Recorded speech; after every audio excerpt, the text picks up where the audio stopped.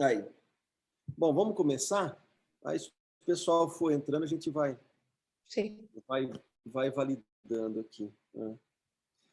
Podia fazer, alguém quer fazer a prece?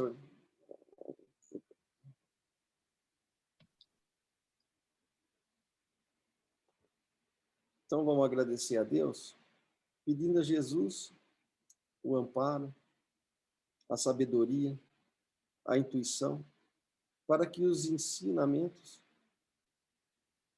o estudo, possa ter serventia, tanto para nós, quanto também para tantos espíritos necessitados que utilizam-se desses momentos de tentativa de conhecimento para despertarmos, todos nós, para a melhoria, contando sempre com a colaboração e o amparo da espiritualidade amiga. Pedimos a Jesus a tua paz, a tua bênção, Senhor, para os estudos da noite. Opa, Crispim aqui.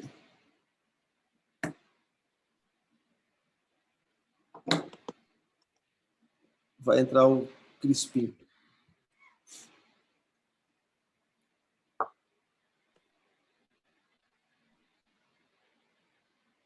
Deixa só aí entra. Ô, Crispim, boa noite. Ó, tá, a Márcia tá aí, o Ravaz, Elaine, eu, a Melissa, por enquanto. Nós vamos começar. Semana passada, hoje é o segundo estudo, né? Nós paramos. Boa noite, Crispim. Qualquer coisa, Crispim, abre o microfone aí e pode, né, fazer qualquer comentário, às vezes alguma dúvida aí, fique à vontade. Então, deixa eu ver como é que eu vou mudar aqui isso aqui. O que nós tentamos passar semana passada? Qual que é a ideia do material que a gente está distribuindo? E o importante também, por enquanto nós estamos com o grupo de WhatsApp, está com o grupo do Telegram, né? Que seria o ideal todo mundo ir para um grupo só, mas a gente está com o site Espiritismo para Todos, aonde está sendo feito todas as pastas de material subsídio ao que nós estamos falando e material de pesquisa para quem quiser se aprofundar, para quem quiser aí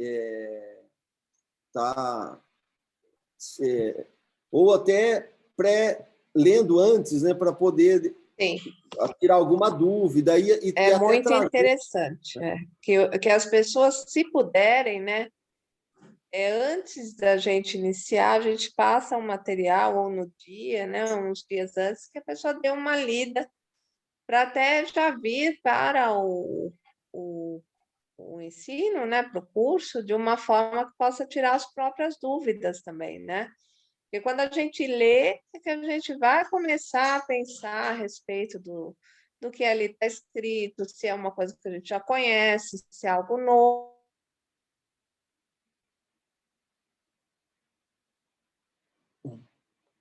Cortou, acho que o som da Márcia, né?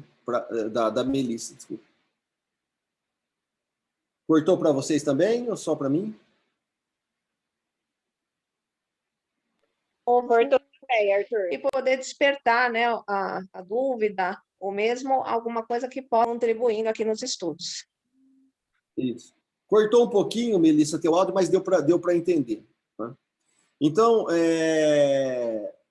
lá no site nós e nós vamos colocando. No começo, nós vamos tentando dividir esse material do início, né? Longe dele estar fechado, mas é só para a gente poder seguir alguns critérios. Lá no material de apoio, nós temos lá um trabalho da Cristina Sarraf e tem também um trabalho da Federação da Argentina, né, que nós já disponibilizamos. E essa página aqui é referente à parte da introdução. Então, cada capítulo já tem lá todo o material, mas lá está tudo separado por capítulo 1, capítulo 2, capítulo 3. E esse material desse nosso aqui, que nós compartilhamos em PDF, é só da introdução. Tá?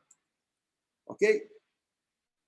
Para completar, e a gente poder ir entendendo, na Revista Espírita de 1884, que nós conversamos, que o Leon Denis, o Camilo Flammarion, né, mais de 200 espíritas romperam após a morte de Kardec com a Revista Espírita, porque estava tendo nas publicações, nos meses, né, da revista, várias coisas que não davam sequência com Kardec. Uma delas, em 1884, sai o título, né, a Chute Originale, que quer dizer la queda, né, la chute, a queda. Então, onde foi inserido dentro da Revista Espírita, né, que teve o seu lançamento registrado ali nas páginas da revista, na edição de outubro de 1884, na página 620. Então, a queda e os 4 evangelhos de J.B. Rustang. Né? E isso também saiu também em 86. E isso gerou muito desconforto, né? Gerou uma revolta, por assim dizer, da Beth Fropo, que lançou o livro, nós colocamos a semana passada, né, Mais Luz. Depois, também citamos o Henry Souce, que também identificou os desvios na Gênesis. Né? Então, o que fala nos 4 evangelhos? Nós vamos disponibilizar os 4 evangelhos de Rustang em PDF, para quem quiser pesquisar. Você pode pôr, se o PDF for editável, você coloca lá a queda, né? Você coloca medo, você coloca umas palavras-chave, e aí você varre a obra, né? Porque é uma obra grande, mas quem quiser ler, eu acho que vale a pena a leitura. Kardec leu tudo para poder, na Revista Espírita em vida, dar o parecer dele sobre essa obra. Então, o que está falando lá na obra? A queda pela culpa. Né? Então, a queda pela culpa, segundo o Espiritismo, é diferente do que está nos 4 evangelhos. O que é os 4 evangelhos de Rustang? É uma médium que recebeu os 4 evangelistas, aonde cada um ditou o evangelho. E por isso que se chama 4 evangelhos. Né? Então, o evangelhos no plural. Então, atingindo o ponto de preparação para entrar no reino humano, os espíritos se preparam de fato em mundos fluídicos, a vontade do soberano Senhor lhes dá consciência de suas faculdades e de seus atos, consciência que produz o livre-arbítrio, a vida moral, a inteligência independente, e capaz de raciocínio, a responsabilidade, chega deste modo à condição de espírito formado, de espírito pronto para ser humanizado, se vier a falir, tendo abandonado os instintos oriundos das exigências da animalidade. Então, isso é uma teoria que está lá, e eu não coloquei muita coisa para não cansar, mas é só para dar, né? O que se conservam puros também desenvolvem atividades e inteligência, a fim de progredirem no estado fluídico para chegarem sem falir à perfeição. Há muitos espíritos acontecem falir porque quase todos fazem mau uso do livre-arbítrio. Os espíritos culpados é submetido a uma expiação na erraticidade mediante sofrimentos ou torturas morais. Esses espíritos presunçosos e revoltados, cuja queda os leva às condições mais materiais da humanidade, são então humanizados, isto é, para serem domados e progredirem sobre a opressão da carne. Então, nós vamos estar avançando um pouquinho nisso, né? Mas os 4 evangelhos de Rustang, que também foi adotado no Brasil, né? São teorias que a gente pode adotar se quiser, mas não tem nada a ver com o espiritismo. Então, cada um é livre, segundo Kardec, para defender ou para adotar qualquer tipo de doutrina filosófica ou religiosa do seu agrado. Mas nós não podemos confundir os 4 evangelhos de Rustang com princípios fundamentais do espiritismo. E aí é que começa o que a gente chama, né, de desvio. Então, aqui que é desvio? Desvios doutrinários, desvios que Kardec estava, junto com a espiritualidade, trazendo conceitos e que, dependendo do jeito que a gente aborda, ou que a gente vai trazer, fundamentar isso, nós estamos construindo outra coisa e não a moral espírita e não todos os conceitos filosóficos, científicos, né, e com um desenvolvimento moral que Kardec e a espiritualidade tanto trabalhou.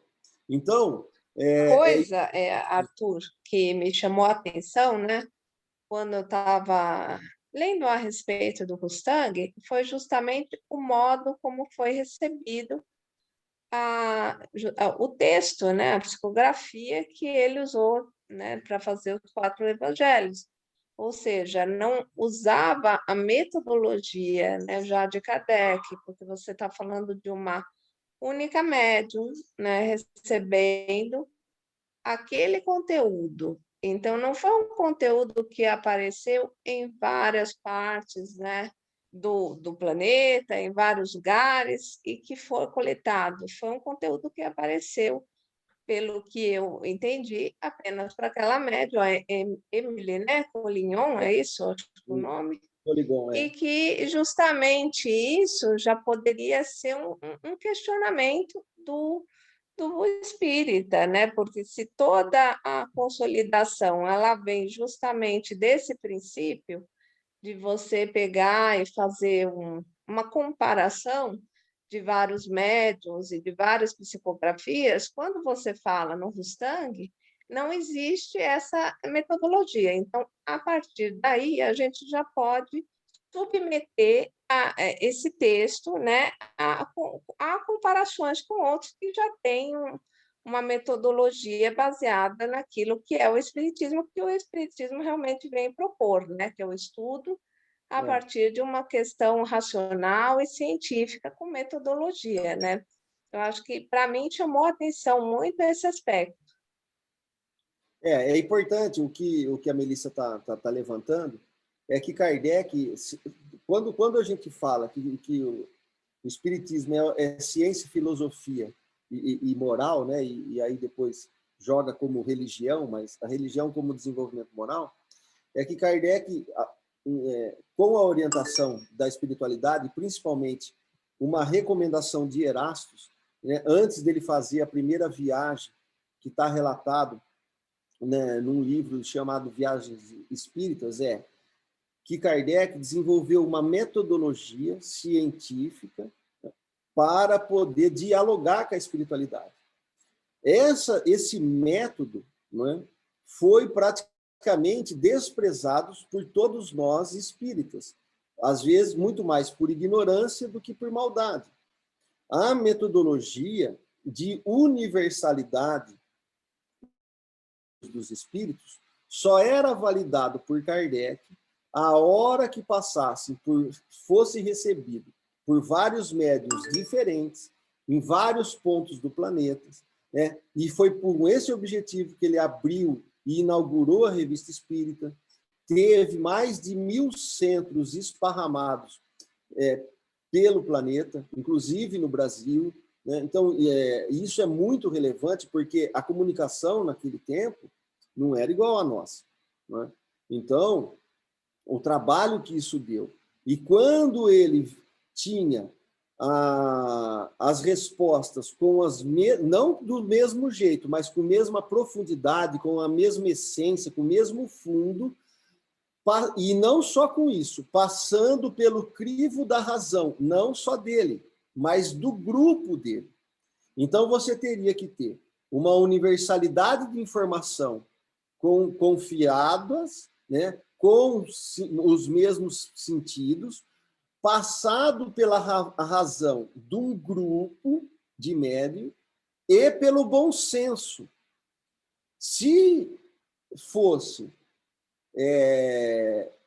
um ensinamento, fosse passar essas peneiras por esses crivos, era que Kardec adotava como uma verdade revelada pela espiritualidade, e aonde ele jogava na Revista Espírita, fazia experimentos, fazia investigações, utilizando a ciência da época, da onde ele estava ali inserido, e sempre com aquele cuidado que ele vai utilizar na Gênesis. Olha, se a ciência, por algum momento, desmentir algum ponto, fiquem com a ciência e reformulem esse ponto e continuem a pesquisa.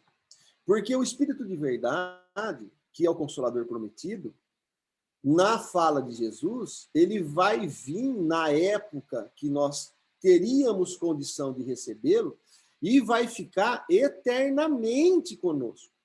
Então, esse processo que Kardec inaugura de comunicação, e esse princípio, essa metodologia, o princípio de método, né, de pesquisa, e de como fazer o trabalho mediúnico, né, como a Melissa colocou, não é isolado, fechado num grupo que não se questiona o orientador espiritual, que não questiona a comunicação, que não passa pelo crivo da razão, que não... Espera aí que estão... Opa, espera aí que eu apertei errado aqui. O Marcos Bastos está entrando. Essa é uma questão, né, que a gente tem que sempre ter esse olhar, né? Na minha opinião, porque É se a gente importante for ler falar, ali o pessoal também vai... Por que nós estamos o falando livro isso? Né? Evangelho segundo o Espiritismo, o Kardec coloca, né, na introdução bastante sobre a metodologia, né? Ele está configurando ali como que ele faz, né, toda a matéria dele, né, do ensino e do espiritismo não surge do nada, né? Ela tem todo um embasamento que a gente já falou anteriormente, que é da própria ciência da época, né? E também a metodologia de como fazer, né? O como fazer também me parece muito importante, né? E Rustang não observou isso, né? Ao meu ver, pelo que eu entendi, não houve essa observação, né? Isso, Saiu conforme foi psicografado pelaquela médium, ele publica, né? O que eu entendi foi isso, ele publicou exatamente o que ele recebeu ali de uma médium única e não houve, né, ponderações dentro, né, do próprio círculo. Com um agravante, né, Melissa?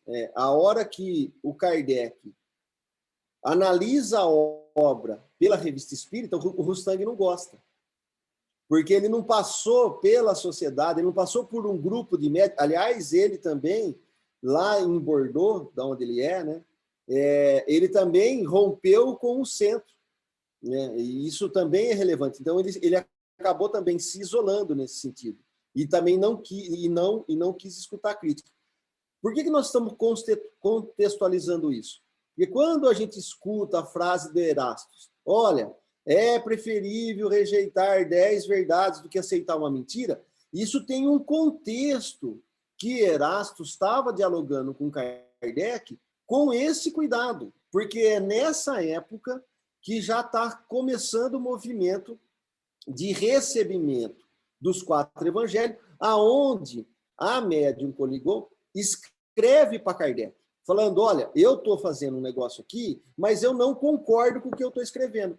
A médium mesmo, consciente, não concordava com o resultado, embora ela estava recebendo e depois ela estava analisando. Né? Mas também Rustang não escutou a médium e depois também brigou com a médium. Então, mas essa história, nós vamos pôr os materiais aí para Então, para poder se aprofundar, quem quiser, né? Nesse inverno de 83 e 1883 e 1884, que é nesse período que começa a sair os 4 Evangelhos de Rustan, publicado na Revista Espírita, um amigo de Lemarie comentou perante Henri Soucy e várias testemunhas que Lemarie havia modificado o conteúdo da Gênese. Henri Soucy, sabendo disso, foi pesquisar, né? Porque ele tinha a primeira edição de 68 na sua mão, e quando ele foi verificar isso, ele tomou um susto. E aí ele foi conversar com Gabriel Delany, com Leon Denis, que estavam lá à frente da revista Lê Espiritismo, tanto é que o artigo Uma Infame saiu na Lê Espiritismo, dirigida e coordenada por Leon Denis, Camilo Flammarion, e estava Betty Froppel, Madame Kardec, e mais um monte de gente lá, né, que estava querendo fazer o quê? Que a revista espírita tomasse conta das coisas da alçada do espiritismo. Não era contra o esoterismo, contra o budismo, mas não era um lugar para ficar propagando essa crença. Poderia ser um lugar de discussão, de diálogo, né, para tirar conclusões dos conceitos espíritas, e não o contrário, e não fazer uma oxigenação, uma mistura, que era o que o Lemarie queria, né, o Rustang também, era criar uma outra religião. Criar uma religião onde o Evangelho de Rustang seria a obra da moral. A moral não era para Kardec. Kardec foi prepotente aos olhos de Rustang de lançar o Evangelho segundo o Espiritismo. E aí começa toda a briga. Então, nós precisamos, quem quiser se aprofundar, pegar as revistas da época, pegar esses livros que nós estamos colocando, tem mais livros, quem quiser depois. Também não, a ideia nossa aqui não é jogar 50 livros, mas estamos jogando alguma coisa, né? É pesquisar só para validar. Ora, como é que vocês estão falando isso? Tem gente que fala que a Gênesis não foi adulterada, tem gente que fala que foi adulterada. Bom, nós estamos estudando e estamos adotando a original e estamos fazendo essa introdução para embasar da onde está saindo todas essas coisas, né? Então, em 1882, né, Gabriel Delany, em 24 de dezembro, e Leon Denis fundam a União Espírita Francesa, que hoje, quem está dando sequência é o Charles Kempler, né? Inclusive, o Dr. Décio Iandoli mandou num grupo que a gente está fazendo uma pós-graduação de saúde e espiritualidade, e ele estava muito feliz porque ele publicou um artigo na revista lá da França, né? Depois eu vou ver se eu acho o artigo lá, eu ponho, eu divido com vocês. Então, qual que era a proposta de Leon Denis e Gabriel Delany?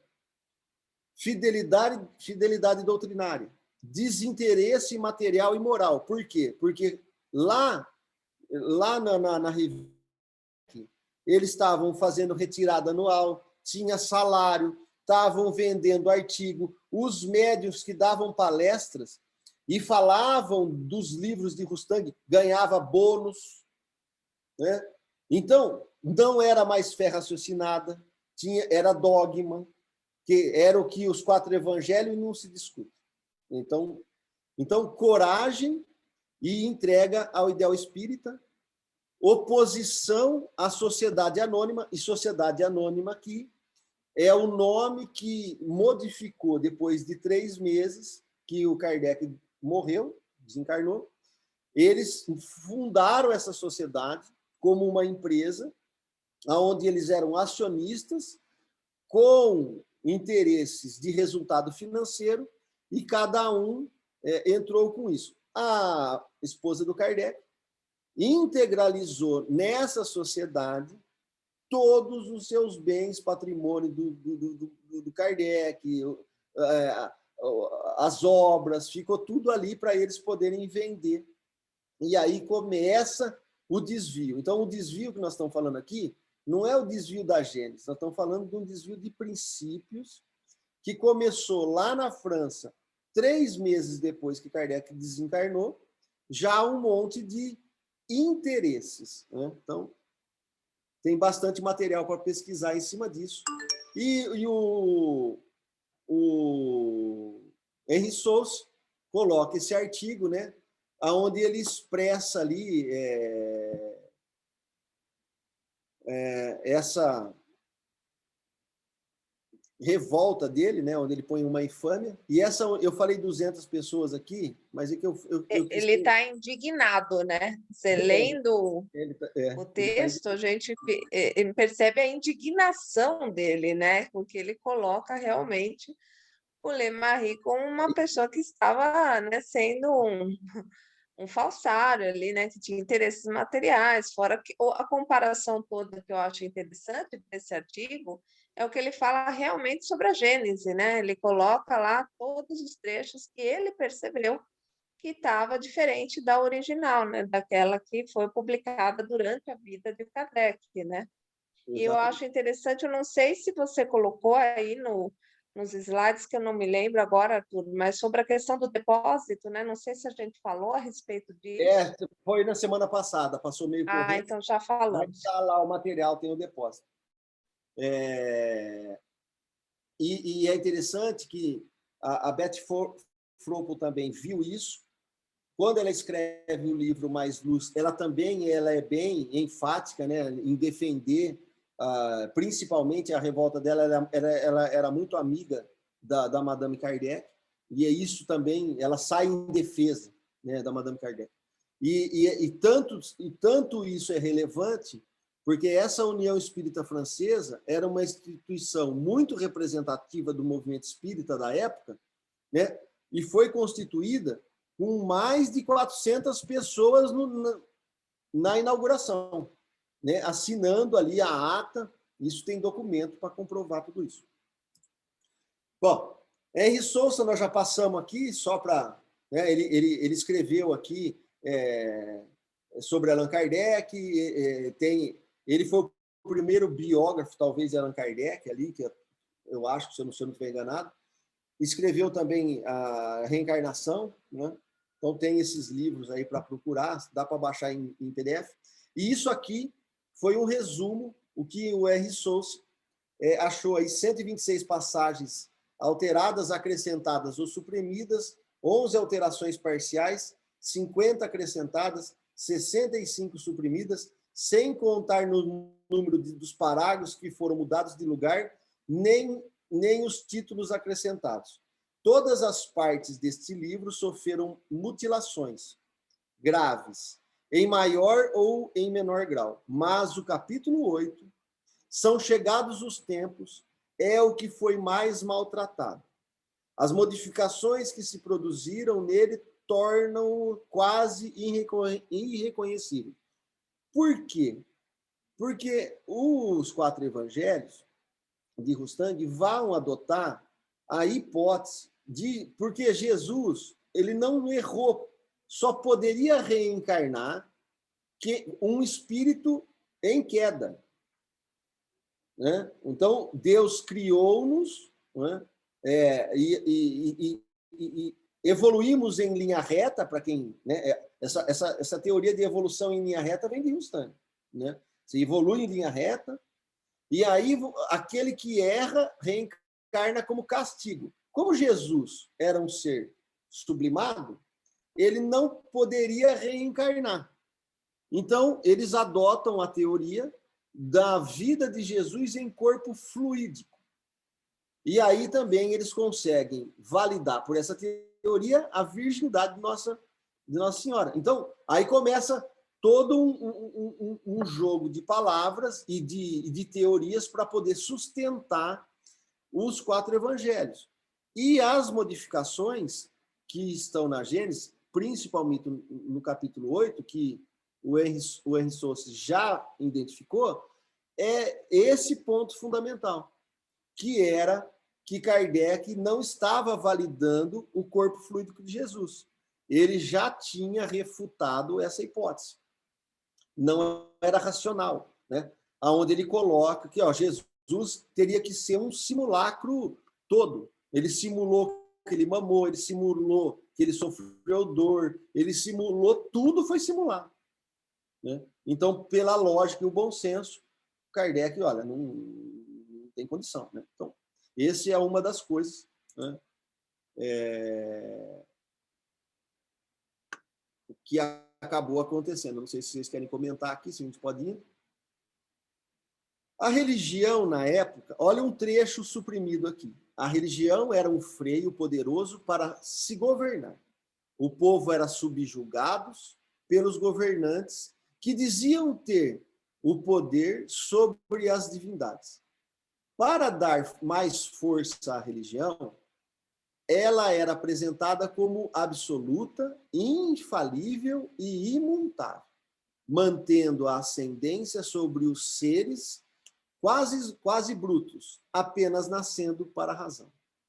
Ela devia ser soberana, daí o princípio da fé cega e da obediência passiva. Porque se ela é absoluta, infalível e imutável, não se questiona. Ela passa a ser dogmática, nesse sentido que não se pode questionar. Ela passa a ser verdade universal, né? Então, ela vai gerar fé cega e obediência passiva, e que tinham assim na origem sua razão de ser e sua utilidade. A veneração que se tinha pelos livros sagrados impedia todo o exame, e isso está nesse livro que nós estamos lendo, né, e vamos estudar, nos textos que foi suprimido, que até então chegou no Brasil. Então, quase todas as obras da Gênesis no Brasil não tinha esse parágrafo aqui, por exemplo, né?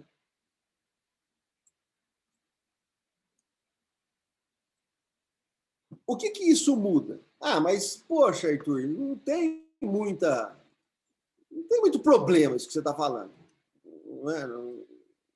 Não é nada esse negócio. Segundo as religiões formais, a alma teria sido criada por Deus justa, sábia e com a plenitude do seu livre-arbítrio. Então, as religiões, elas trazem uma característica. Deus criou-nos a alma, né, justa, sábia e com o livre-arbítrio já na sua plenitude. Portanto, teria total responsabilidade pelos seus atos e, ao desobedecer a Deus, sofreria a queda no mundo como castigo divino. Só seria perdoado pela submissão, pela fé cega, às determinações do clero, ou de quem estivesse na frente. Não haveria perdão depois da morte. Então, ou você resolve o problema na vida, ou vai para o limbo, ou vai para o inferno, ou vai para algum lugar. Essa é a teoria. Qual que é a dominação que está por trás?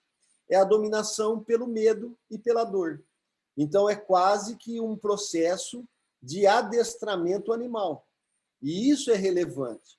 E é isso que nós precisamos, ao ler, e entendermos que isso, num período, foi importante lá atrás. Porque nós também éramos ainda, né, não tínhamos o desenvolvimento de muita coisa que temos hoje. Então, Kardec fala, olha, isso não foi inapropriado. Naquele momento, precisava passar por alguma coisa. Lá para trás, com Moisés, também precisava. Só que nós estamos evoluindo. E a espiritualidade está revelando coisas. Com o desenvolvimento da nossa inteligência, e agora da nossa mobilidade no livre-arbítrio, já não faz mais sentido, porque isso aqui começa a gerar mais mal do que bem.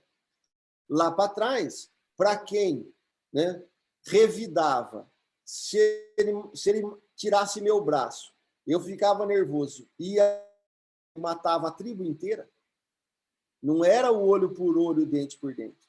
Era um dedo. Também tem uma questão, né, Arthur, que eu estava lendo naquele livro Depois da Morte, né, do Leon Denis, que é justamente uma religião separada da parte secreta, né, para os iniciados, com a parte aparente, a parte que seria para o público. Então, durante muito tempo, a religião ela cresceu dessa maneira, segundo, né, esse livro do Leon Denis, a religião ela foi também tendo essas questões de dominação por justamente eleger apenas algumas pessoas, os iniciados, para fazer parte desta questão secreta e poder ter acesso à verdadeira espiritualidade, enquanto o resto da população, que não tinha esse conhecimento, vivenciava a religião de uma forma apenas ritualística, né? Isso e dogmática, que é justamente o que você está falando, né? A religião ela passou durante muito tempo com a questão dogmática e ritualística, e só depois, né, quando a gente vai ter o contato das explicações por Kardec, que a gente vai ter um acesso à verdade, porque a verdade antes ela estava oculta para poucos, né, para os iniciados. Eu estava lendo esse fim de semana também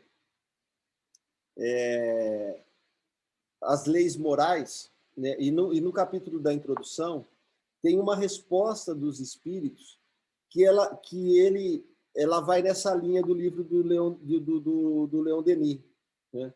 Que é justamente isso. Ele fala, olha, em certas épocas precisaria ter isso, e tinha os conhecimentos, sempre teve, só que o conhecimento era velado, interpretado com muito símbolo, e para algumas pessoas que faziam uso dessa iniciação, mas que a grande massa, a grande maioria, elas eram subjugadas pelo medo, pela dor, né? Pelo receio de um Deus vingativo, até com uma maneira de frear um pouco a brutalidade e a animalidade. Quando vem Moisés propondo olho por olho, dente por dente, a gente acha um absurdo, mas se você voltar à história, né, tem um filme bacana no Netflix, chama A Tenda Vermelha. Vale a pena ler, porque é nesse período, é um seriado curtinho, é o olhar das mulheres, né, antecede esse período aí de Moisés, como a gente vê as rivalidades entre as tribos, né, e a sagacidade, a perversidade de realmente ir lá e destruir. Então, quando você coloca olho por olho, dente por dente, para nós agora parece um meio absurdo, mas era um grande avanço para a época, né? Então, fazia-se necessário alguma coisa, mas essa coisa agora não tem mais sentido. Por isso que os tempos são chegados, por isso que Jesus não poderia revelar tudo, por isso que ele prometeu que mandaria o Paracleto, o Consolador, né? Que relembraria as coisas que ele tinha dito, que ficaria eternamente conosco e revelaria muito mais. Mas a hora que a gente se desorganiza, a hora que a gente faz um enxerto no movimento espírita, a hora que a gente não quer estudar com profundidade, a hora que nós não abandonamos a unidade de princípio, a unidade de método e a unidade de pesquisa, haja visto hoje a pandemia. Se a gente adotasse na matéria a unidade de método, de pesquisa e de princípio que Kardec estava colocando lá, nós resolveríamos o problema da fome, o problema da pandemia, todos os problemas sociais. Porque não é o interesse particular que estaria em jogo, mas é o interesse da maioria. E nós não temos essa capacidade, por enquanto, de desenvolver um sistema social que realmente pudesse dar as mãos com as melhores inteligências para lutar, para resolver as grandes causas da humanidade. O que interessa e o que está em jogo é um interesse particular, ainda. né? E isso está mudando, né? Então, você vê como Kardec estava avançado, né? Na unidade de pesquisa, na unidade de princípio, na unidade de método. Nós não damos conta de fazer isso com outras coisas, né? Então, nós temos bastante que aprender. Às vezes o pessoal fala assim, Kardec está superado, precisamos ler outra coisa aí, que isso aí já não dá mais. Mas não. O Emmanuel falou que nós vamos demorar uns 1000 anos para poder entender o Livro dos Espíritos. Eu prefiro ficar com o Emmanuel do que... Bom, o que o espiritismo, desculpa, o materialismo, como o materialismo vê o livre-arbítrio, né? O materialismo vê o livre-arbítrio simplesmente não existe. Sem liberdade, todo o comportamento seria por hábitos condicionados, castigo e recompensa. A moral é determinada pelos limites impostos pela lei social. O que importa não são os atos, são a intenção. Então, para o materialista, não importa o que você está fazendo escondido, ou o que você está pensando. Importa o que você está revelando em vias de fato para o público. Então, você fica com uma perversidade moral, né, onde tudo é fisiológico e todos os teus problemas não são da alma e nem de Deus. Eles são um resultado do acaso, de alguma coisa, da sorte, né, do destino, que conjecturou lá 100 trilhões de células e nasceu um ser com defeito. Então, ou um ser... E aí você tem uma liberdade de mexida em genética, você não... A ética, você vai estourando tudo. Então, essa parte de livre-arbítrio como responsabilidade moral, ela acaba sendo deixada de lado. Ela não vai ter o mesmo peso e a mesma envergadura de ensinamento. A proposta do espiritismo, né? Isso é relevante para a gente. Então, nós vimos que o livre-arbítrio, para a maioria das religiões, nós já conquistamos ela na sua plenitude, e por isso que a gente errou e a gente castiga, é castigado. Para o materialismo, esse livre-arbítrio não faz parte do estudo. E o livre-arbítrio segundo o Espiritismo, não é? Aqui na revista de 1864. Ignoramos uma mensagem do Espírito, as condições das primeiras encarnações da alma, sabemos que elas são criadas simples e ignorantes, tendo um mesmo ponto de partida. Sabemos ainda que o livre-arbítrio se desenvolve pouco a pouco, depois de numerosas evoluções na vida corpórea. Não é nem depois da primeira ou segunda encarnação que a alma tem uma consciência clara de si mesma, para ser responsável por seus atos. É talvez depois da 100ª ou 1000ª encarnação que nós vamos ser responsáveis pelos atos. E ainda, na medida em que a alma goza do seu livre-arbítrio, sua responsabilidade moral cresce em razão do desenvolvimento da inteligência. Isso é completamente novo, né, a nível mundial. Porque que corrente que nós temos? A corrente dogmática, que também é materialista, e o materialismo. O espiritismo aqui, ele não é uma opção religiosa, com castas, com hierarquia, com estrutura de edificação, de poder. Ela é uma terceira opção, não é nem uma coisa nem outra. E é isso que Kardec vai defender. É essa a conclusão que nós vamos chegar. Era isso, essa terceira opção era o que era o espiritualismo racional que nós vamos falar. Então, quando Kardec estava estudando isso lá em Sorbonne, quando ele estava participando de todas essas discussões, ele estava consciente do que ele estava falando. Né? Então, não vou adiantar aqui, porque vai ter as outras coisas, mas o que percebem que nós somos criados simples e ignorantes. Isso aqui é tão relevante que Kardec usou esse ensinamento e jogou no Livro dos Espíritos. Está lá, se eu não me engano, ensaio fisiológico dos espíritos. Não é nenhuma questão, ele é um texto grande, deve ter umas 4, 5 folhas. Está lá no meio. Então, no espiritismo, todos nós fomos criados iguais, simples e ignorantes. Vamos desenvolver, simples, sem desenvolvimento moral, ignorante, sem desenvolvimento intelectual. Conforme você desenvolve a inteligência, você faz o uso das coisas, você identifica o que é bom e o que é ruim, e nós temos esse mecanismo, e a partir do momento que a gente tem o conhecimento, se nós fizermos atos que estão prejudicando nós ou os outros, nós estamos insistindo no mal. E nós vamos ficando cada vez mais responsáveis por mergulhar por essa via. Então, é essa a diferença. Então, errar para o espiritismo é normal. E a Aliás, ideia também, né, da evolução constante, né? Que sempre que a gente fala a respeito da responsabilidade do surgimento da alma simples, né, e ignorante, você também tem algumas religiões que trazem que a alma ela vai poder, em alguns momentos, voltar à animalidade, né, regredir, que nem no budismo existe muitas vezes essa interpretação.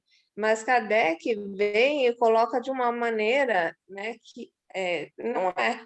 A reencarnação em si ela já era estudada antes por outras religiões. Porém, essa maneira de você entender o ser humano em pleno progresso, né? Porque quando a gente está falando, a gente muitas vezes olha as mazelas da vida e fala, o ser humano está perdido, né? Não tem jeito, está regredindo, né? A gente está aqui, olha, o espiritismo regrediu, olha, ele estava indo por um caminho, e na verdade o que é claro, né, que a gente está sempre em desenvolvimento. Então, se existe um movimento, né, natural, né, de ir e vir das coisas, porque até a pessoa ter a incorporar, né, aquele conhecimento, muitas vezes ela vai e vem mesmo, né? Então não há nada de estranho nisso e a gente não pode olhar para essas coisas do mundo pensando nesse retrocesso, né? Que muitas vezes a gente já vai para esse lado, né? E está tudo perdido, né? E acaba também não vivenciando o espiritismo como proposto, né? O proposto é vamos ser tolerantes, né? Até com os nossos próprios erros, porque nós estamos em pleno desenvolvimento, né? Sempre progredindo no sentido do progresso. Eu acho isso muito, muito bom, né, do espiritismo, é que você não se coloca, né, como um ser que está pecando, que vai pecar e que vai, em algum momento isso vai te tirar, né, da humanidade, te colocar para baixo, te fazer regredir num mundo pior, né? Quantas vezes a gente ouve também essa fala, né? Olha, se você não acertar nessa vida, talvez na outra você nasce num mundo pior, hein? Cuidado. É uma ameaça velada que está totalmente disforme do próprio espiritismo, né? Totalmente fora da questão proposta pelo espiritismo, que é a evolução constante, né? E eu acho que Mustang teve também uma participação nesse aspecto, né? Porque havia também esse lado da punição, né? Como você já tinha colocado anteriormente, né? Que parece mesmo um retrocesso, né? Parece que a pessoa vai voltar no tempo. não, perfeito. Então, outro trecho suprimido aqui da Gênesis, né? Só estou colocando só algumas coisas para a gente ver o que nós vamos enfrentar aí e estudar na obra, né? Como a inteligência que raciocina nasce o livre-arbítrio, que o homem usa a seu bel prazer. Para ele, somente então começa a responsabilidade dos atos. Então, aquilo que estava na Revista Espírita foi inserido no Livro dos Espíritos e depois tem uma sequência agora na última obra de fechamento. Então, você vê que é uma coisa que Kardec não abandonou nessa ideia. O mal é, portanto, relativo, né? Que é o que a Melissa estava falando aí. E a responsabilidade é proporcional ao grau de adiantamento, que está 100% alinhado com Jesus. A quem mais é dado, mais será cobrado. Agora a gente começa a entender aquela palavra do Cristo. Né? Todas as paixões têm, assim, uma utilidade providencial. Se assim não fosse, Deus teria feito coisas inúteis e nocivas. É o abuso que constitui o mal. E o homem abusa em virtude do seu livre-arbítrio. Mais tarde, esclarecido por seu próprio interesse, escolhe livremente entre o bem e o mal. Então, aqui nós temos já a responsabilidade nascente, e para nós fazermos o mal ou o bem e sermos beneficiados ou punidos, no caso de uma responsabilidade, ele não vai ser no começo. Tem uma resposta, se vocês lerem com atenção, e eu fiz isso faz 2 dias, o capítulo Bem e o Mal do Livro dos Espíritos. Vocês vão pegar lá isso que eu estou tentando falar aqui, e me chamou muita atenção, porque assim, o bem, nós somos inclinados para o bem. Fazer o bem nessa parte de não desenvolvimento intelectual, sem saber, não colhe benefício nenhum. Por quê? Porque você não está utilizando a vontade no bem. Você só está inclinado ao bem, como um instinto. Né? Nós somos criados para o bem. Não existe o mal no negócio. Quando nós não utilizamos a nossa vontade raciocinada e a nossa vontade em repetir e repetir, virando um hábito de coisas ruins, quando isso acontece, nós criamos um mal. E esse mal é consciente, esse mal é voluntário. Aí começam as responsabilidades. E aí eu posso ser punido não por Deus, mas é por mim mesmo, porque eu estou fugindo da inclinação que nós somos criados. Então, é completamente diferente. Né? Isso também não é queda, porque se nós saímos do zero, né, e eu estou andando, né, como é que, se eu estabilizo aqui, como é que eu volto? Eu não vou voltar para simples e ignorante. Por mais perverso que eu seja, e o Espírito fala disso, por mais perverso que a pessoa seja, ela sempre tem ali um ganho. Né? Então, isso muda toda a proposta filosófica de como encararmos o nosso irmão, de como encararmos a humanidade. Então, no meio de uma pandemia dessa, o Espiritismo é a única doutrina consoladora. Olha, por pior que esteja, pela maior fatalidade que aconteça, até se a morte sobrevier, não se desespere, porque nós estamos sempre evoluindo, nada é perdido. Não tem queda, não tem nada disso. Isso é libertador. Isso dá uma paz para enfrentar as adversidades de cabeça erguida, sem desespero, sem pisar em cima dos outros. Então, você começa a inclinar para a moral de Jesus de uma forma natural e não de uma forma impositiva, né? E com uma vontade interna. Porque na parábola do filho pródigo, ele pede a herança, só que ele vai. Um dia ele cai em si. Quando ele cai em si, ele está se arrependendo.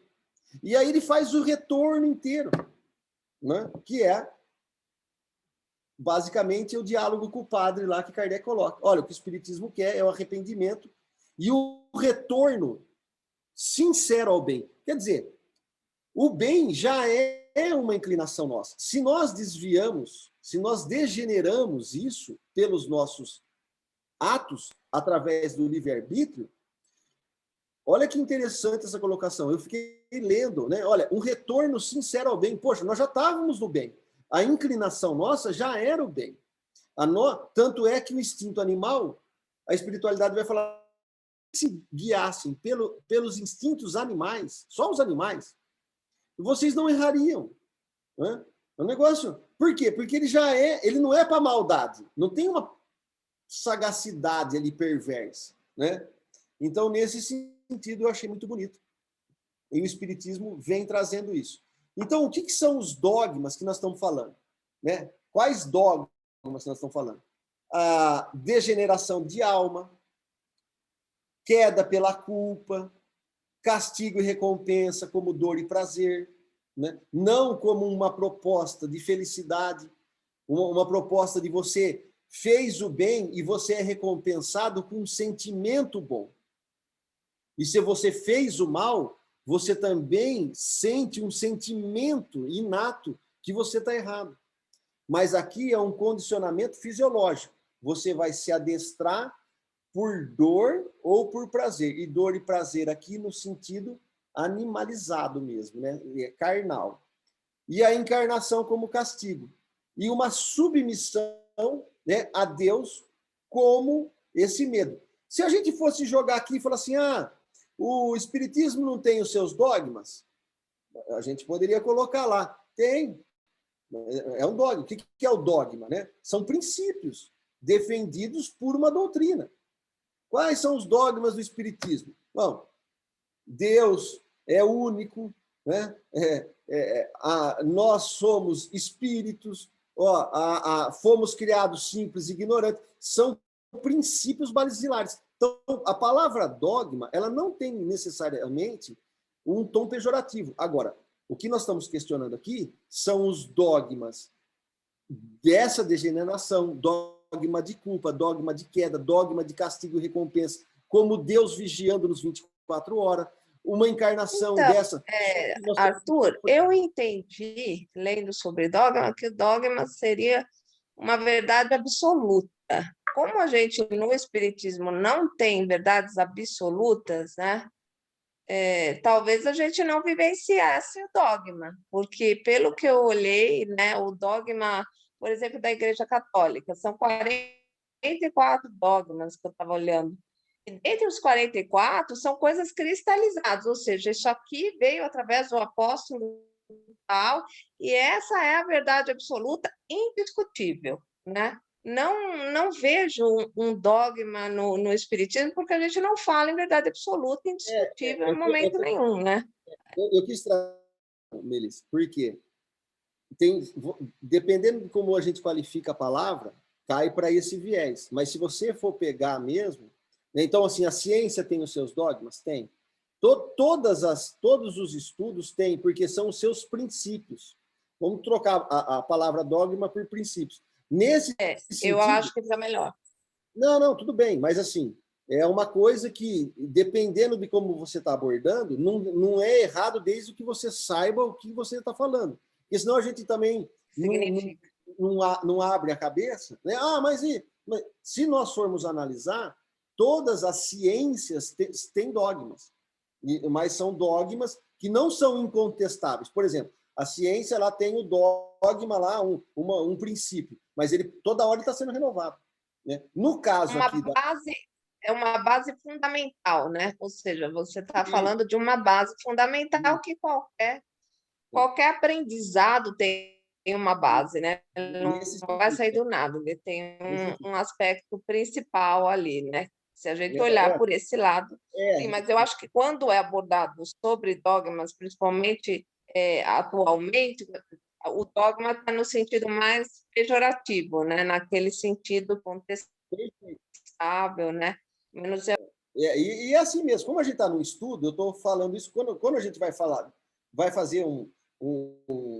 vai ensinar os jovens ou vai fazer uma palestra, a gente toma esse cuidado. Como aqui a gente está no estudando aprofundado, olha, dependendo, tudo nós precisamos entender. É o que os espíritos falam para Kardec. Olha, para nós as palavras não importa muito, desde que vocês se entendam, né? Aí isso é um problema de vocês, vocês têm que resolver isso aí, né? Mas se nós formos realmente pegar o texto da palavra, né, só para estar um alerta, bom, nós temos que ter o referente, o signo e o significado, senão a gente acaba se perdendo. Então, nós temos aqui, que moral que nós temos? Nós temos a moral dogmática, que no sentido que não pode se questionar, não pode se melhorar, não pode se aprofundar, não pode se complementar. Então, isso são moral que chamam-se aqui moral heterônoma, ou no linguajar de Herculano Pires, moral exógenas, né? E nós temos aqui no materialismo, né, a moral heterônoma. Por quê? São as regras de fora que mandam no comportamento das nossas ações. Então, o espírito não está no comando. Se eu sou inclinado ao mal, eu sou mal e não vou resolver se não tiver um agente externo. Eu preciso de um intercessor externo para resolver o meu problema. No materialismo, todos os meus vícios, as minhas inclinações de assassinato, as minhas inclinações de roubo, os meus prazeres aí desregrados, eles são oriundos de um agente externo. Por isso que é uma moral externa, heterônoma. No caso do espiritismo, ele está inaugurando, junto com Platão, Sócrates, Platão, Jesus, a moral individual, a moral interna, deixe brilhar a tua luz, né? Vai e não peques mais, não tem regra de comportamento, não tem regra de conduta e tem simplesmente a nossa ação no bem, né? Jesus fala, ide e pregai o evangelho, né? Às vezes a gente confunde achando que nós temos que andar com a Bíblia debaixo do braço. E o bem sem recompensa, né? Porque é outra questão também, né? Que vale a pena abordar. Sim, perfeito. Então, para aqui, né? Se a gente for pegar lá na eu esqueci de escrever a encíclica católica, mas se nós entrarmos no site do Vaticano e pegar lá catecismo para os homens, lá na encíclica, se eu não me engano, lá é 1020 alguma coisa, está escrito assim: por seu pecado, Adão perdeu a santidade e a justiça originais, que haviam recebido de Deus para si e todos os seres humanos. Pelo pecado original, a natureza humana está submetida à ignorância, sofrimento, morte e inclinada ao pecado. Então, nós estamos inclinados não ao bem. O que o Espiritismo vem falar? Todos fomos criados simples e ignorantes e somos inclinados ao bem. Aqui é o contrário. Nós somos inclinados ao mal, fomos criados perfeitos por um ato, errou, estamos encarnados por castigo e estamos inclinados a errar, a pecar. Por isso que vem a máxima, fora da igreja não tem salvação. Essa teoria, fora da igreja não tem salvação, ela tem toda uma filosofia por trás, né? Então, nós precisamos entender isso. Por que vem e coloca, olha, fora da caridade não tem salvação. Também tem uma avalanche de filosofia por trás para defender essa tese. A ressurreição dos mortos acontecerá o juízo final, Cristo virá e há de separar os injustos para o castigo eterno e os justos para a vida eterna. Quem estudou lá o livro dos Espíritos no finalzinho e também a Gênesis no finalzinho, Kardec vai resolver essas questões aqui. Mas nós estamos colocando essa introdução para quê? Para realmente dar uma pincelada, não é nada aprofundado, para ver as diferenças de ensinamentos e para que a gente possa estar atento o que está de acordo com os princípios basilares do Espiritismo e o que está em desacordo. Não é? Se a gente for pegar as reencarnações, as religiões reencarnacionistas, como o hindu, por exemplo, né? Aí você fala assim, mas tem as encarnações, as religiões reencarnacionistas? Tem. Kardec colocou na revista de 58, não sou eu que estou falando aqui. Segundo os hindus, as almas foram criadas felizes e sua queda, o resultado de uma rebelião. A encarnação no corpo de animais é uma punição, que a Melissa estava comentando. Assim, a mente psicose dos hindus está fundada sobre o princípio da degradação das almas. Segundo essa crença, a alma começou pela perfeição para chegar à impureza. Percebe que é uma proposta reencarnacionista, mas ela é também uma proposta completamente contrária dos princípios que os espíritos vêm revelar. Né? Então, se a gente for pegar aqui na Grécia, por O exemplo... Arthur, Pode falar. e também não faz muito sentido, né? Porque se a gente estudar, mesmo que por a história da humanidade, a gente vai ver que o ser humano está evoluindo, né? Principalmente nas suas atitudes, né? Antes era feita coisas bárbaras, né? E horrorosas e que hoje já não existe mais, né? Pelo menos a gente não ouve falar em muitas coisas. É. Mas perceba, né, Márcia, e é interessante a sua colocação, que embora a gente venha avançando em vários ramos da filosofia, da ciência, a religião, se nós dermos uma varrida no planeta, o que nós temos ainda, em verdade? Quais as crenças que... Não estou falando de nós. Qual a crença que a humanidade acredita? Quais os princípios consoladores que está sendo ofertado? Porque o hinduísmo está por aí, né? O budismo está por aí, o Islã está muito forte, a Igreja Católica Ortodoxa Romana está aí, né? Nós temos aí uma dissidência do cristianismo, né? Então, quantos espíritas somos todos nós, né? E dos espíritas, quantos estão entendendo, né, isso que nós estamos falando? Então, é pertinente, né, Márcia, a colocação, mas olha os nossos conceitos de Deus, os nossos conceitos de céu e inferno, os nossos conceitos de castigo, os nossos conceitos de recompensa, eles estão ali quase que 2, 3 mil anos atrasados. Né? E é nesse sentido que o livro da Gênesis, que é a obra que vamos estudar, vai ter toda a ressignificação. Né? E isso vai dar o que a gente entende. Né? Pode falar. Porque eu acredito, né, são religiões já muito antigas e que já foi feito, vamos falar assim, um trabalho desde o início de dominação, né, do uso do poder, de adquirir, assim, quanto mais vai adquirindo poder, mais vai usando desse poder para subjugar, né? Então, para desfazer isso... É o que na verdade, né? Márcia, se você ler esse livro Depois da Morte, acho que você vai gostar, porque fala exatamente disso que você está falando. E por que houve nessas religiões, assim como a gente está vendo no Espiritismo, os desvios, porque elas nascem numa forma justa e clara, né, de que o espiritual, né, ele tinha essa questão do desenvolvimento humano. Mas conforme passa o tempo, né, aos desvios cometidos por pessoas como nós, que vivenciaram de uma maneira diferente da proposta original, né?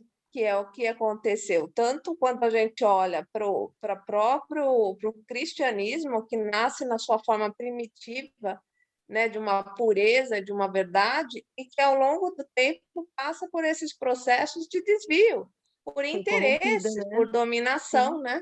Por poder, é muito dinheiro, interessante isso, o resgate, né? Quando você olha para o passado, você vê que muitas vezes a gente no presente está vivendo esse mesmo dilema, né? O dilema de voltar a querer colocar dominação, medo, punição, ideias coercitivas, né? Para que uma religião se sobressaia, né? E aí, voltando para os tempos atuais, a gente vê, né, muito em trabalhos mediúnicos, quantos espíritos da época ainda estão presos a esses sentimentos, né, de posse, de dominação, de quanto tempo esses espíritos estão, né, nessa situação. Então, E Márcia, eu falo até mais para você, viu? E o quanto que, entendendo isso, eu me pego com esses equívocos na minha vida agora. E graças ao Espiritismo, estou longe da perfeição, mas estou começando a enxergar o tanto de materialismo que eu carrego, o tanto de dogmatismo que eu trago, o tanto de princípios, né, de castigo, de Deus vingativo. Eu já briguei com Deus aqui na minha vida, quando eu tinha... Hoje eu vou fazer 50, né? Mas quando eu tinha 20 e pouco, se eu conseguisse enxergar ele, eu ia dar um soco nele. A gente dá rebeldia aqui, né? Que a gente traz ainda, e o tanto de princípios materialistas, embora o Espiritismo venha destruir o materialismo na questão 799, e eu acho que na questão 692, se eu não me engano, por ali, ele vai falar disso que você está falando, Márcio, né? Da importância de nós estudarmos todas as filosofias e todas as religiões ancestrais, porque na sua base elas trazem grandes... Para nos entendermos, né?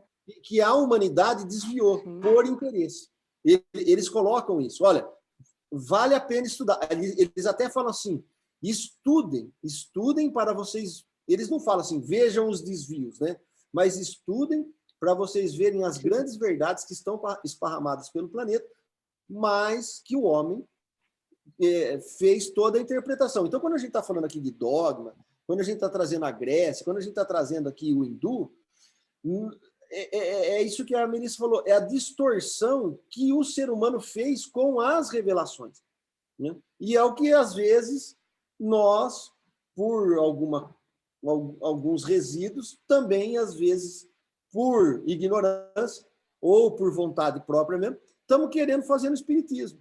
E é esses cuidados, né, que a gente começa a ver, olha, quantos livros espíritas publicados não falam de espiritismo? Quantos palestrantes acabam errando em tal e tal e tal lugar, né? São problemas? Não, desde que a gente entenda. O problema é aquela pessoa vestir-se como um representante do espiritismo.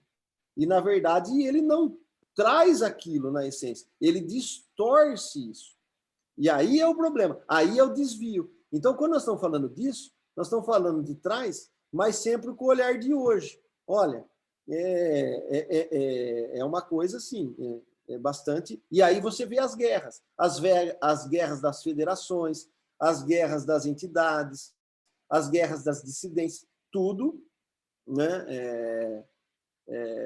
O orgulho por trás, o interesse por trás. Então, eu acho que é com essa... Porque nós hoje somos aqueles espíritos lá atrás, né? Exato. Então, em busca da evolução, né? Não nascemos, se não fomos criados da forma com inteligência, com pensamento, com as crenças que nós temos hoje, né? Fomos nós que, né? Quando eu falo o que aconteceu lá atrás, fomos nós quem fizemos, né? Basta a gente, como diz a Gláucia, né? Basta a gente olhar para as nossas dificuldades que a gente vai saber quem nós fomos. Né? Hoje, a gente olhando a história, a gente fica horrorizado. Mas quantas coisas hoje não acontecem? É quase a mesma coisa, só que de uma forma diferente, porque os tempos são outros. Né? Então, E aí que a gente não viveu, a gente não tem lembrança nítida daquela época, né?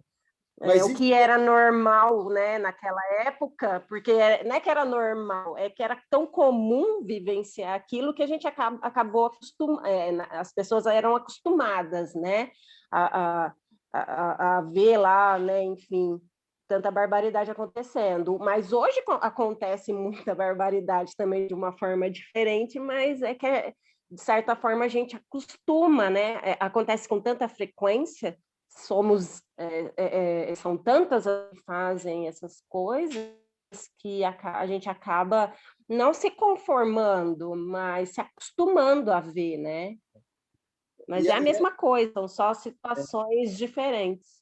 Mas o que muda bastante, né, Márcia, com esse ensinamento do Espiritismo para nós, é o nosso olhar perante tudo isso.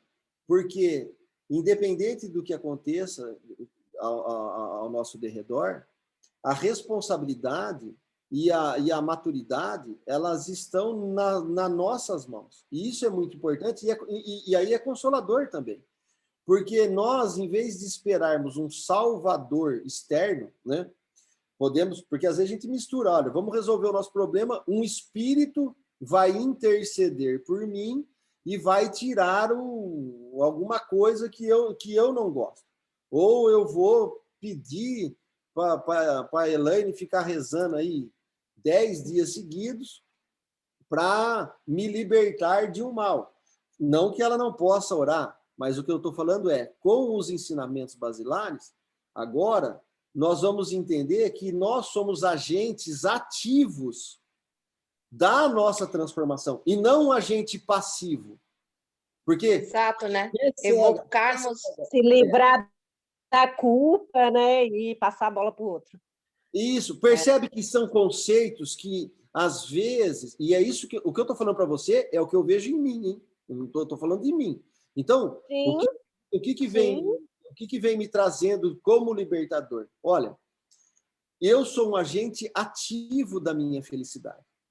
Eu preciso trabalhar no bem, enxergar a mentira que eu vivo em mim, entender o meu raio de ação que eu dou conta, e o que eu não dou conta, eu tenho que ter a noção de entregar para Deus.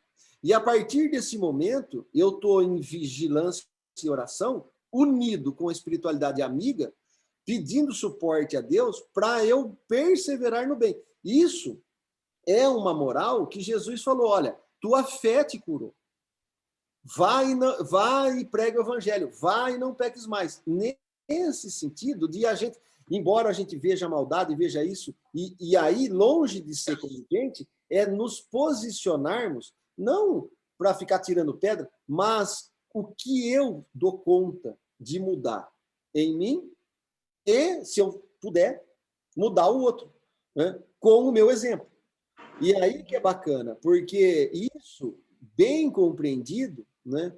Eu só estou abrindo uma janelinha, eu não estou tentando aqui, junto com vocês, entender, e a partir do momento que eu entender, eu ter força racional, através da vontade do meu espírito, que está mexendo as mãos aqui, de que essa mão não bata mais, que essa língua não xingue mais, que os meus pensamentos não só reverberem, e assim eu vou me transformando, para sair desses resíduos que o Herculano traz brilhantemente, como o Leon Denis aí, né, o espírito e o tempo.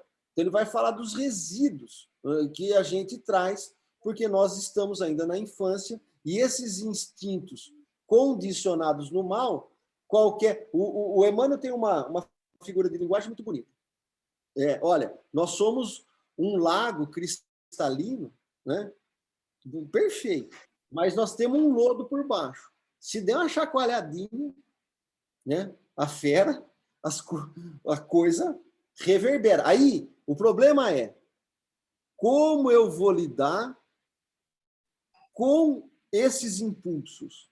O que eu vou fazer a partir... Porque eu não tenho controle. O Emmanuel fala, olha, não temos controle disso. Se pisar no teu pé, você vai ter uma reação. Mas entre a reação e a ação, você tem um tempo de refletir. E aí é que entra o espiritismo, né? Então, eu acho que a obra da Gênesis, ela tem essa envergadura que Kardec está lúcido, concluindo toda essa moral, realmente. Porque se você sair perguntando qual que é a moral, Herculano pergunta isso, qual é a moral espírita? Né? Se cair na prova, quem que vai saber responder? O espírito, para mim, 3, 4 anos atrás, nós começamos, né, a estudar a Gênesis, mas espiritismo tem moral? O que você está falando? Tá doido? Não, mas tem, e é completamente diferente. Né? Por isso que o espiritismo, Kardec vai falar assim, é uma revolução moral. Aí eu entendi agora, entendi a revolução. Por isso que o Sócrates tomou cicuta. Ele quis uma revolução moral. Por isso que Jesus foi crucificado. Ele quis uma revolução moral. E por isso que estão querendo frear de toda maneira a revolução moral que, através do espiritismo, que é um dos meios, através da ciência, através da juventude que está chegando, eles não querem, quanto mais você aperta, eles vão fazer alguma coisa, porque ninguém quer perder o instinto de liberdade, o instinto de tomar decisão, porque é uma coisa inerente à nossa tendência, né? Claro que tem que ser pro bem. E também, Arthur, o espiritismo, eu acredito que ele prega a igualdade, né? E para algumas religiões, algumas crenças, isso não é interessante. É a perda do poder, né? A tolerância, né? Então, Você prega a tolerância. Exato. Eu vou deixar de ter o meu poder de dominar, né? Para ter alguém, para pegar. É como se eles acreditam que eles vão perder, né? O fato de estar tudo. Nós precisamos tomar cuidado, Márcia. É assim, igualdade dentro da diversidade. Porque ninguém é igual ao outro. Então, nós temos que ter as igualdades de princípios, de deveres, de direitos, de responsabilidade, mas... De querer para o outro o mesmo que eu quero para mim, né? Mas dentro da beleza da diversidade. Porque querer fazer a uniformidade, né, que é o que às vezes se quer fazer no totalitarismo, né, de qualquer coisa. Nós estamos falando de filosofia aqui. Né? Nós estamos falando de Grécia. Esses princípios, né, é exatamente isso. Mas nós somos diferentes. Cada um aqui é um princípio, ele tem as suas qualidades, tem as suas conquistas, tem os seus defeitos, e nós temos que encontrar essa igualdade que você falou, mas também temos que entender a diversidade e respeitar a diversidade. E isso é uma coisa que, com a maturidade, o Herculano... Eu vou pegar essa parte, o Herculano ele vai falar assim, para angariarmos liberdade, porque a liberdade, veja bem, ela é limitada. Nós estamos encarnados, nós somos circunscritos. Mesmo que nós desencarnemos, nós estamos circunscritos à Terra. Ou algum orbe com a sua vibração, e semelhante ao que nós damos conta. Então, a liberdade ela tem que vir alicerçada de responsabilidade e tem que vir alicerçada ali com também... Ele usa uma outra palavra que agora está me fugindo, eu vou pegar lá. Eu achei muito bonito isso. Porque nós temos que ter a responsabilidade, o conhecimento, a inteligência para poder ser detentores da liberdade. Não é uma liberdade como libertinagem, né? Que aí é um outro problema. Não, vou fazer o que eu quero, vou sair chutando tudo, vou quebrando tudo. E isso também e são conceitos filosóficos que se misturam e a gente se perde. Não é a banalização do mal, né, que você está falando. Quando a gente fala na tolerância, não é a banalização, né? É a responsabilização, ao contrário disso, né? De cada indivíduo se responsabilizar. E aí eu estava aqui pensando, né, conforme você falou, sobre a questão dos eleitos, né? Como a gente jogou a responsabilidade, né, para os eleitos do espiritismo, que a gente colocou alguns médiuns ou espíritos como verdadeiros iniciados, como antigamente, que era o sacerdote do momento. Você pergunta para ele dá a resposta, né? Não é você buscando com a sua individualidade, o seu livre-arbítrio, a sua responsabilização dentro dos seus atos. E jogando para esses eleitos. Olha, ele sabe, porque ele falou, então vou perguntar lá para ele por quê. Se ele recebe a psicografia, ele sabe de tudo. Né? Basta eu seguir isso daí que eu estou salvo. Né? A gente meio que quis fazer isso também, né? Falando por mim, né? Daqui também. Eu acho que teve esse movimento aí de eleição de pessoas e médiums. O Herculano fala disso, Melissa. Tem um livro lá, Na Hora do Testemunho, também ele aborda um pouco disso, e aborda em outras obras, que é a volta nossa instintiva aos oráculos. Né? A gente sempre está querendo. Então, ele vai Exatamente. Ele vai falar. Achei ótimo isso, a volta aos oráculos, isso mesmo. Eu coloquei no grupo nosso lá, em PDF, a hora do testemunho, né?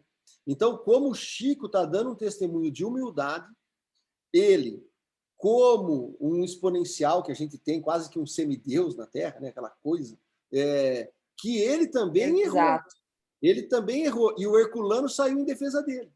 Então, é muito bonita essa obra para que a gente veja realmente isso que nós estamos conversando. Olha, nós estamos aqui, precisa estar muito atento, né? Eu acho que até coloquei esse pedaço aqui da hora do testemunho aqui para a gente.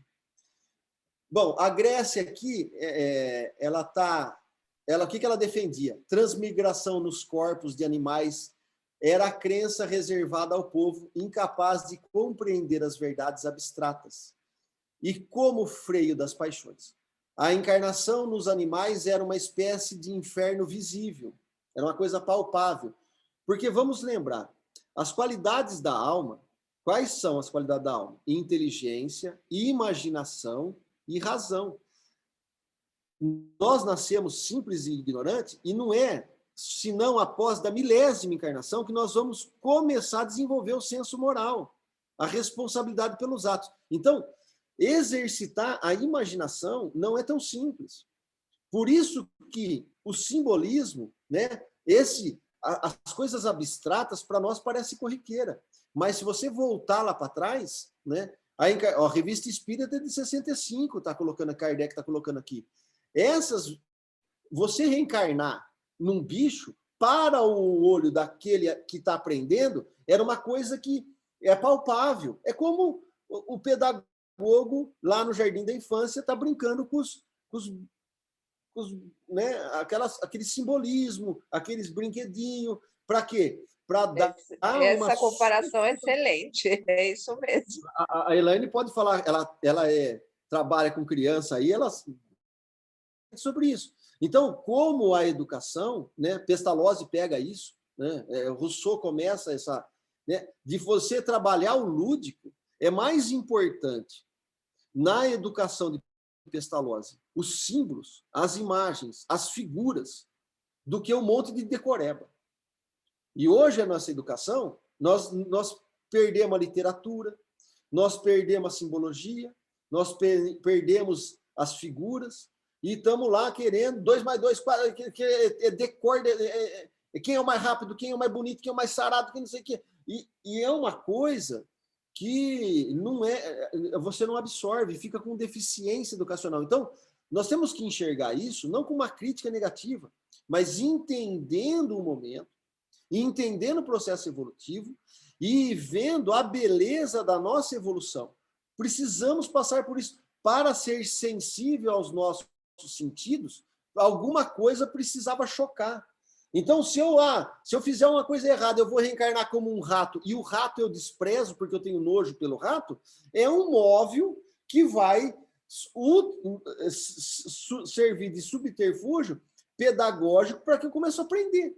Né? Porque só na abstração eu não dou conta. Eu não tenho ainda Então, eu acho que isso é muito bonito, porque a encarnação dos animais era uma espécie de inferno visível para impressionar. Eis o que disse Timeu, mestre de Platão. Né? Tem um livro aqui que eu estou lendo, aqui parei, o Timeu e Atena, e Atlânticas, né? De Platão, um livrinho aqui. Agora deu até vontade de pegar ele de novo aqui. Se alguém viola as regras do Estado, é preciso que seja punido e ainda assombrado pelo medo do inferno. Olha a pedagogia educacional. Das penas contínuas, dos castigos. Louvo Homero por contar as fábulas antigas, porque reprimindo as almas pelos discursos falsos, se elas não se deixarem se conduzir pelos verdadeiros, como nos castigos pela transformação das almas, a dos homens inativos passam depois da morte, para o corpo de mulheres desprezadas e injuriadas. Olha o conceito lá em Atenas, né? Se você fizer coisa ruim, você vai reencarnar, né, no corpo de mulher, porque para eles era uma cultura que era uma coisa, né? Hoje a gente já evoluiu para tudo isso, mas era conceito errado, né? Mas E às vezes até mesmo como uma forma de desculpa, né? Tipo, de desculpa para desprezar as mulheres, de fazer as barbaridades que eles faziam com as mulheres e com os idosos, né? Na verdade, né, Márcia, para você... Uma forma de ver com que como era uma forma de, tipo, olha, os homens fazem isso com as mulheres e com os idosos porque eles não são almas boas, né? Então, tipo, tá tudo certo, né? Na verdade, está fazendo o bem, né? E era conceitos da época, né? Então, exatamente isso. Tudo na humanidade, para a gente poder ter o domínio sobre o outro, para a gente poder fazer o que quiser sobre o outro, como a consciência pesa, porque nós somos inclinados ao bem. Lembre que nós somos inclinados ao bem. Nós precisamos criar teoria que justifique a nossa insanidade. Então, para eu usar droga, eu preciso justificar que é um negócio bom, que, olha, o médico tal fala que é bom. Se eu roubo minha mãe, não, ela só está me emprestando. Então, assim, eu vou criando um monte de motivos para justificar o que eu não dou conta. Porque se eu parar para pensar, eu vou chegar na conclusão. Errado. Exatamente. Então, isso é legal. E são momentos, são fases que quase que todos nós vamos passar. Por isso que esse negócio de evolução em linha reta é uma coisa assim, né? Pode acontecer, Kardec analisa essa situação, pode acontecer que nenhum espírito errou, bom, pode, mas o mal e o erro, falar que ninguém errou, bom, o erro faz parte do aprendizado. Não tem como você não errar, porque você não conhece. Você precisa experimentar para saber se é bom ou se é ruim. Você põe na boca, o gosto é ruim, você larga. Você põe na boca, o gosto é bom, você quer mais, aí você acumula. Então, tem todo um processo, né, por trás, que já deu 9 e cacetada aí, não vamos estourar muito tempo não, né? A gente continua nessa página da Grécia aqui, ou na próxima, né? Beleza? Ô Crispim, você não falou nada. Marco, você deve estar dormindo aí, também não falou nada. A Elane está perdoada porque está do lado do Ravazzi. Né? E a Uneilar ali, sou eu mesmo, então eu tô no duplo etéreo. Beleza? Eu vou parar de... Arthur, só... Eu vou parar de gravar aqui, pode ir falando. Não, é só para falar para vocês que eu tenho o livro A Tenda Vermelha. Legal. Se alguém tiver interesse, eu posso estar emprestando para vocês. E tem o seriado. Eu vi o seriado, eu gostei. Faz tempo que eu já vi. Eu achei bacana. Isso também.